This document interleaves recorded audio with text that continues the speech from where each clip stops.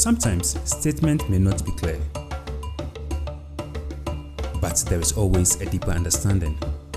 It is not just about the who said what. The whens, hows, and wheres are equally important. Join me on a whole new journey in the conversation with Augustus as I bring you discussions from religion to politics, health to economy, humanity to social activities, among many others. Conversation with Augustus knows no foreign borders. The show comes to you every Wednesday at 6:15 p.m. GMT on our YouTube channel Conversation with Augustus and on Radio Angelus www.radioangelus.com.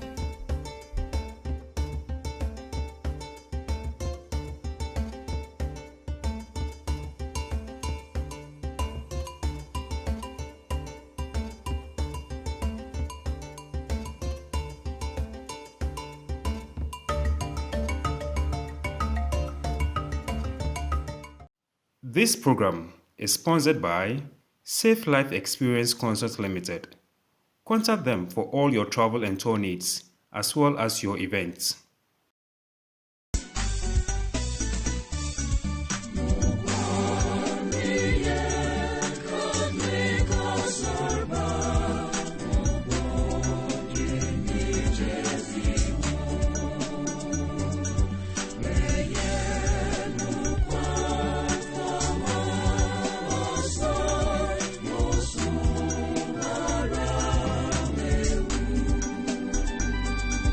Welcome to the Conversation with Augustus. I hope you are doing well.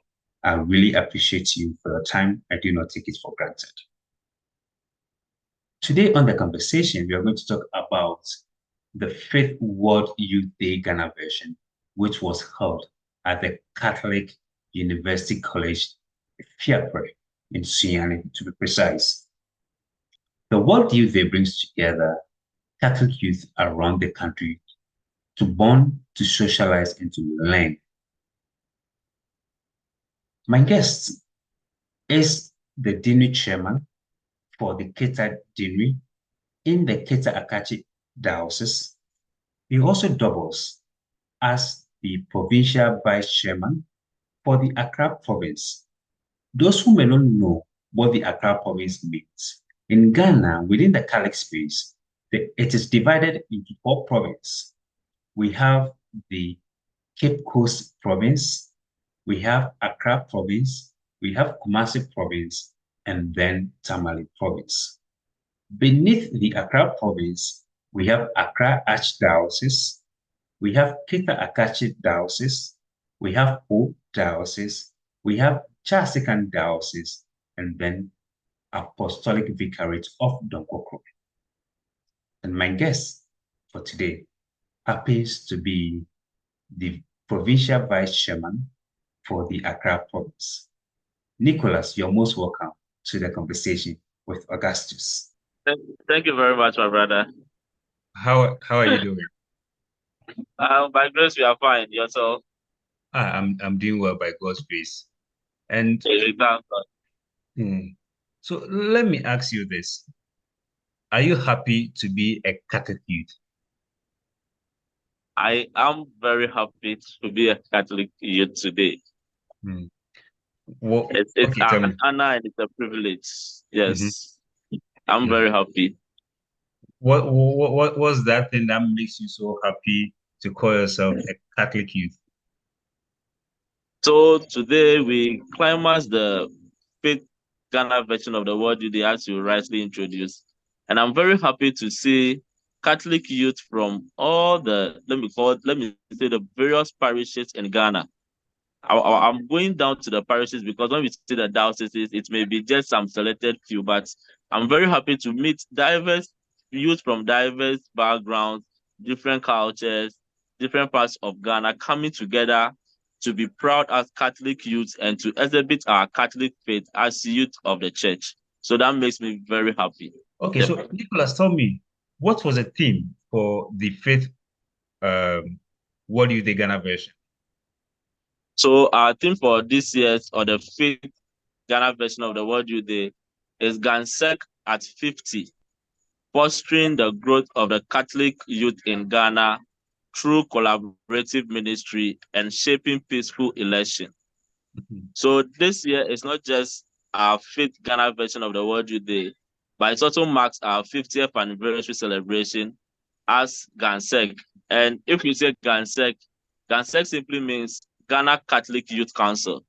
So the council that manages or that brings together all Catholic youth in Ghana is celebrating its 50th anniversary, and it also coincides with the fifth Ghana version of the World Youth Day. And at the tail end of the theme, I also heard something of a peaceful election. Yes. So our theme includes the celebration of the 50th anniversary, and also the collaborative ministry part of our theme is the general theme that our Catholic Bishop Conference in Ghana is deliberating on for the whole year. And shaping the peaceful election, this year also marks the election year in Ghana. So as part of our anniversary celebration, we also want to conscientize the youth of the Catholic Church to be ambassadors of peace, especially during this election. So that's why our team has shaping peaceful election as part of the celebration. What are some of the tools or what are some of the talks or training that you've had from this What You Day Ghana version that you as a person are going to you're going to use in your deanery, in your diocese to make sure that Ghana experience a peaceful election? Thank you very much. So the various talks that we have, some of them are, we had a time of catechesis. So we call it Rise Up Catechesis. Early morning, throughout the days, early morning, we had catechesis. And we were taught the basic things that we've learned in our catechisms that a lot of the youth may have forgotten by now because they passed through catechesis classes for so many years, let's say 10, 15 years. So the opportunity came for us once again to go through our basic catechesis. So we learned about the sacraments, the various sacraments in the church, what the benefits are, and we're encouraged to continuously receive the sacraments as often as we can. We were also taught about the job market, how to prepare ourselves as youth of the church for the job market. Most often we sometimes say we don't have the opportunity, but sometimes the opportunity comes and you are not prepared for the opportunity. So we were taught how to prepare ourselves in waiting for the opportunity instead of the opportunity coming before we start preparing ourselves. And then also we were there was a talk on peaceful election, how we can be agents of peace during the election, how we shouldn't allow ourselves for politicians to be used for their parochial interests, but rather we should rather be the agents for peaceful election in Ghana. Oh, okay. So you becoming a peaceful agent for the elections in Ghana. I'm concerned much about the elections because, if there's unrest, it will be very difficult for you to go to church or to gather as a community, pray. And I know you would miss seeing your friends at church. That's where you gather to have conversations. Within your own space, within the small community where you find yourself, what have you taken from this very What You Day Ghana version, the fifth one, in collaboration or in connection with the elections? So what are you going to do in your deanery, in your diocese, to make sure that Ghana experience that peaceful election that we are calling for or we are looking for? Okay, so the what I have taken out of the talk on the peaceful election or being an agent of peaceful election is that all political parties or everyone that wants to stand for a president or become a president of the country has an idea, has a motive that is just to develop the country. The only difference is that they are all coming from different angles. So we as youth of the church, or I as an agent of peaceful election, should be able to conscientize others or my colleague youth or my parents to be able to accept views from diverse views and to believe that the main goal is just to develop the country. So in as much as I don't believe in somebody's ideology, that is the person's ideology, that's the person's belief. I should be able to accommodate the person's view and also pray that whoever becomes the president or whoever wins the election would develop the country as we all want. So it's not about what I only believe in, but to be tolerant and accept other views so that, that there will be peace in the election. And also, I should be able to talk to my colleague youth so that anyone that has the intention of being influenced by money, by politicians, would desist from that. And finally, I was also motivated that when the Catholic Church comes up looking for volunteers to monitor the election, we should be up and doing, we should come out as youth to be trained and to also serve as volunteers during the election. Elections in Africa involves money. Okay. And we, the youth, normally are the ones at the at the feet of the politicians who comes around to give us money, who comes around to give us lentils or whatever we may need during the elections period. That is when, in Ghana term, they will say the cocoa season, where people make money, especially the youth. What are you going to do if a politician or an agent of a politician comes your way with money, to entice you with money to vote for him or to vote for him or her or his candidate or her candidate? Would you take the money and vote for the person? What will you do? Thank you very much. So the underlying factor here is that, yes, temptations may come. When you are given money to vote, it's part of the temptation that will come to you as a Catholic youth or as a Christian or as a Ghanaian in this time. Moreover, looking at the economy, even some youth may be tempted to rather request for it instead of the politicians approaching them. So yes, the fact is we can't run away from it. It is something that would definitely happen. But what we were advised during this session is that don't let the money be your motivating factor for voting for the person, but rather let's be convinced about what the person said he or she will do to develop the country. So in as much as they will bring the money, let the money not influence you to vote for whoever is bringing the money. And in situations that you can resist, we are advised to resist. But the bottom line is, let the money not influence our decision on whoever we will vote for as our leader. Nicholas, let me ask you this very important question as well. Violence. When there is unrest, it is the youth that are involved in most cases. In connection with violence, I know you would vote. You are above 18 years and you're going to vote. I'm not going to ask the political party you're going to vote for. You are entitled to your vote. Yeah, the ballot is your secret. But the question I'm asking is, if your candidate loses, or if your candidate wins and the opposition disagrees with you and attacks you, what are you going to do in that particular moment? Sure. So, as I said, we were taught to be tolerant of divergent views. So, first of all, what I should be able to do is not to even accommodate or create the environment for violence to be there. And in situations where I was not able to prevent the environment or not to create the violence, I should be able, as an agent of peace, to change the violence environment to be a peaceful environment. And in situations where, let's say, I am the one being attacked, the best I could do is either to leave the environment, not resist the temptation of reacting to whatever the person is doing, so that that violence will not degenerate to something else. So if I am the one being attacked, the best is either to leave the environment or not to retaliate what the person is doing. And if I'm the one be tempted to create the environment for violence, I should remember what I was taught during this session, that instead of violence, let me rather be an agent of peace.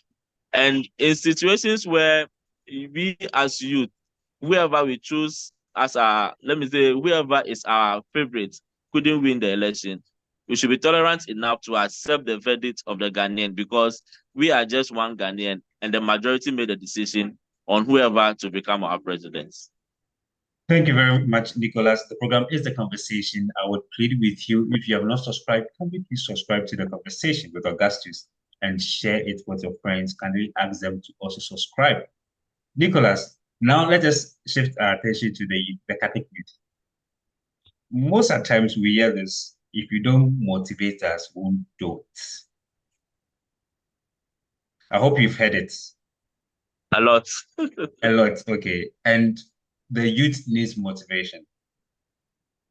What are you doing about it? You as a deanery chairperson, because I know it will be very difficult for you if you call them for something and they don't come asking for motivation, it becomes difficult. So in the face of lack of motivation, how are you able to bring your members together as Catholic youth to be able to achieve whatever goal all of you have set for yourself? So yes, the youth needs motivation so that they can be able to dedicate themselves. But the question then is, if we say motivation, what are we looking at? If we say the youth needs to be motivated, what are we looking at as needs? It's just a word of thank you. In most cases, it's just a word of thank you. In most cases, it's just a word of you are doing well, keep it up. So it's about time that we come together, as our team say, collaborative ministry.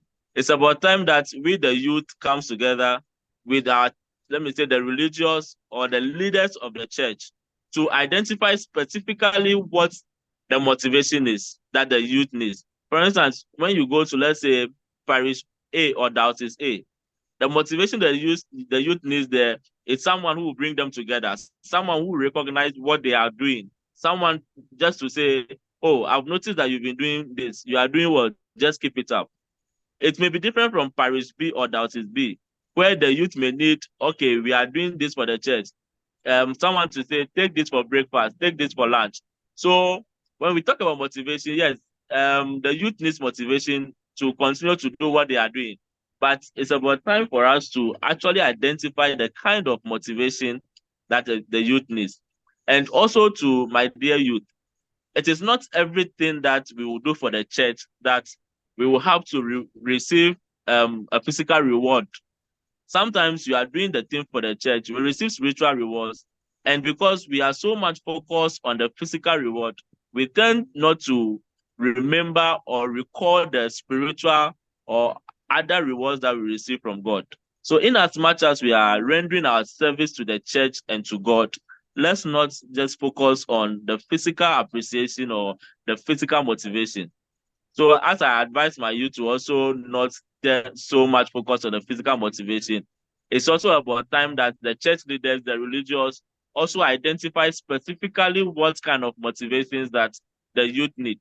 To conclude on this, most of the youth are demotivated because, for instance, they will bring a suggestion and all you will hear as feedback is, if you don't do it, somebody will do it. Sometimes the person may bring something, it may not be the right request the person makes, but how you correct the person to know that this is how best I can make a request. It's also part of the motivations that we need as youth of the church. Thank you very much, Nicholas. I really appreciate your submission. You've answered my the rest of the questions I have for you. But before I take leave of you, kindly please give me your last words. So my last words for the youth of the Catholic Church in Ghana this year is that, yes, we are youth of the church. We will continue to be, they say we are the future of the church, but let's not forget that yesterday's future is today. So in as much as they refer to us as the future of the church, let's take it upon ourselves to know that we are today and tomorrow of the church. In actual fact, one thing I've realized is that as you, it's a hard truth that we need to tell ourselves. And I also call on our leaders to also look into this. Yes, we have different kinds of youth groups in the church. I want to believe that it is to promote diversity and also give options to youth to belong to whichever kind of society they want to belong to. But the trend we are seeing now is that the youth of the church are societal conscious more than the development of the general youth group of the church. So, for instance, someone may say, I belong to CYO. Someone will also say, I'm a Tarsician. But when you call for, let's say, GANSEC program, they don't know what is GANSEC. They don't want to participate in a general youth program. But call for a CYO program, they will be there day and night. So I want to call on my dear youth of the church, in as much as we belong to various societies of the youth in the church, those societies are what makes the GANSEC. So if we want to be known nationally, if we want to be known internationally, let's come together as various societal members of the church and build our church, which is the Ghana Catholic Youth Council.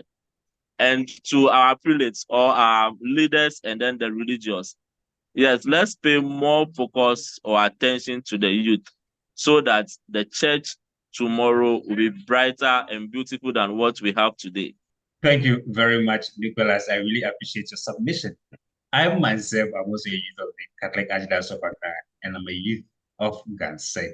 I'm a proud Catholic, and as well as Nicholas is a proud Catholic.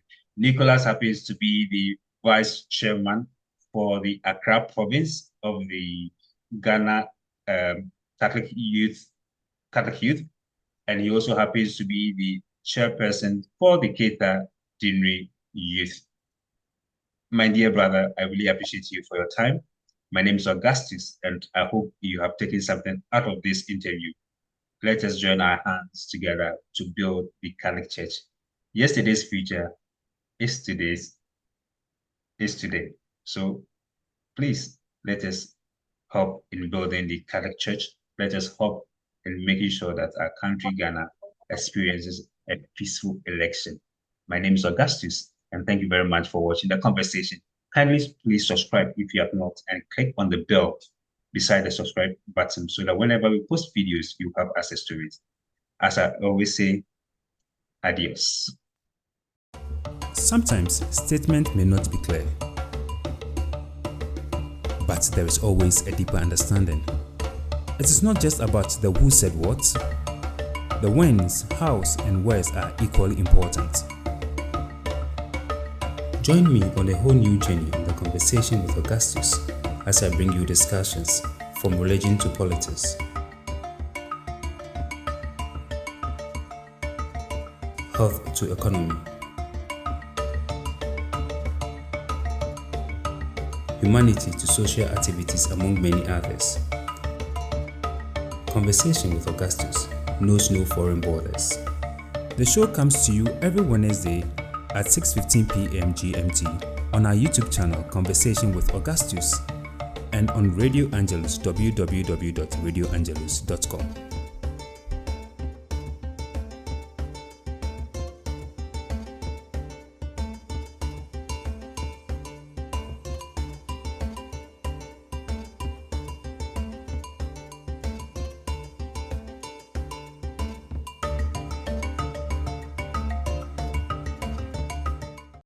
This program is sponsored by Safe Life Experience Consult Limited.